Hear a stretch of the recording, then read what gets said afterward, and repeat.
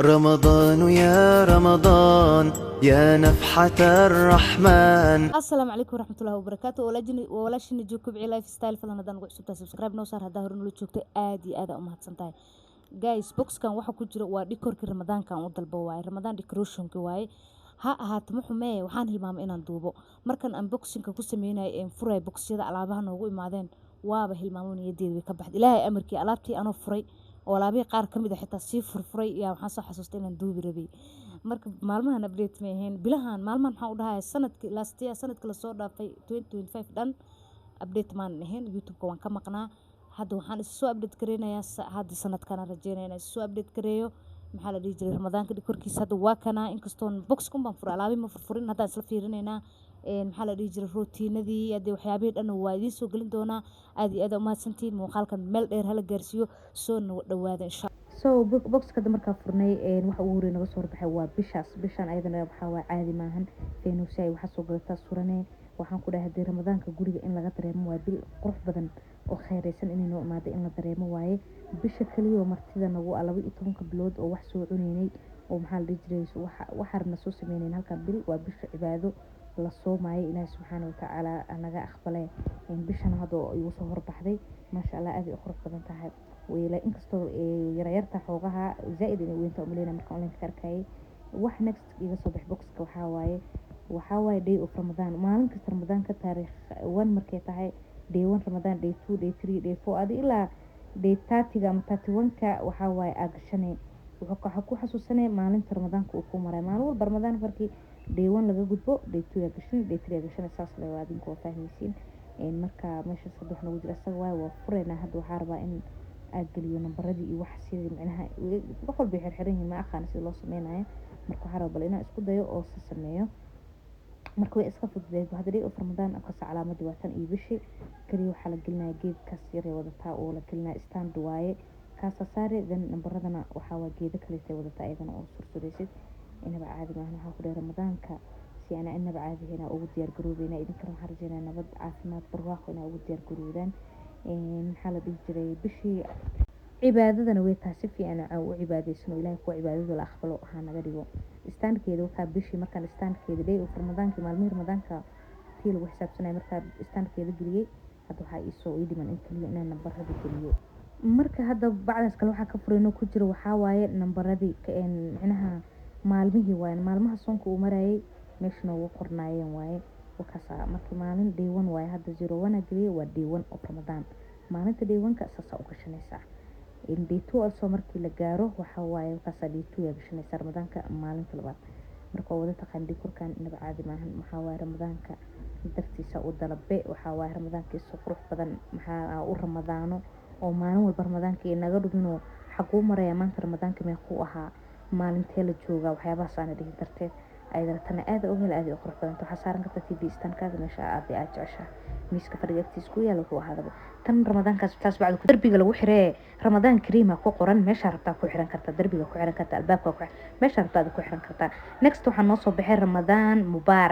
Mubaarakan uunsi waaye waa meesha uunsiyada ku shuban lahayd maxaa la dhihi jiray ama cuudka guriga hadee maxaa la dhihi jiray hadee uunsiyada xitaa iyo cuudka meesha ku shidan leen Ramadaana ka dhigayna maadaama Ramadaan ay tahay waxa waaye cuudyasha kale iyo wixii ku isticmaali jirnay mid mubaahnad waa inaan kan isticmaalnaa Ramadaan Mubaaraka kor ku qoran halkaasna cuudyaha uunsiyada wixii guriga ku carafsan lahayd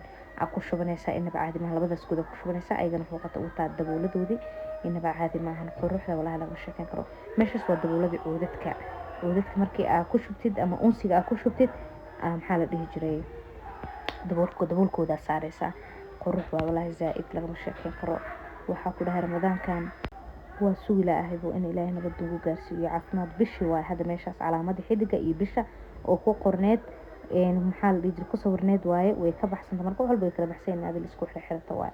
hadda inaan ku xiro waaye marka ayadana waa daboolkooda saaraya wax walba bil iyo xidig leh waaye marka inaba caadi maaha hadda Ramadaanka uu soo galabal only 2 days left laba maalin bas saarta umaleena hadii aan qaldaneen kadib hadda waxa soo gelinay muuqaalka ku xiga waxa soo gelin doona sidii uu hagaajiyo qolka fadhiga oo aan u bedelay maxaa la dhihi jiray oo decorate gareeyay Ramadaanka aan u soo dhaweynayno waxa dhan soo gelin doona uunsiga ka samarka ku shubatid saas daboolkaada u saaraysaa ama cuudkaaga wixii guriga ku shidan lahayd markaas maxaa kugu qoran Ramadaan mubaarak inaba caadi maahan waa ka helay walahi tii kale hadana halkaas bisha ku soo xiraaya quruxdooda lagama sheekeyn karo ilaahay ku nabad iyo caafimaad ku Ramadaano calfadana ilaahay naga wada yeelo dhamaanteen markaas marka waxa kale oo soo haray hadda soo bixinaya nambarada way horta kuwaas oo nambaradii waxaas meeshan leedka waaye oo lagu xiri lahaa daaha ku xiran kartaa darbiga meesha rabtid laakiin aan hadda waxaan u isticmaal rabaa needka meeshiisa u isticmaal rabaa wax kale oo iga soo dhaxgalay oo bishi iyo waxaan waa feenustas labadaas horta isku meel ku jireen in isku tala galeen oo maleena laakiin aniga ma isku soo baxayaan labadan waxa uu isticmaali doonaa bishan feenusta kala uu isticmaali doonaa mid kale ee yar ee idin qurux badan uu isticmaali doonaa labada kurka dhabaan way qurux badan yihiin laakiin taasa zaid wala soo bixisa markii meesha aan furayay labada isku meel ku jireen waxay ka wadaan labadan baad isku isticmaala mid ku wadeen ma akhana aan tan ala jeclaa tan zaid iyo qurux badan oo laga shaqeyn karo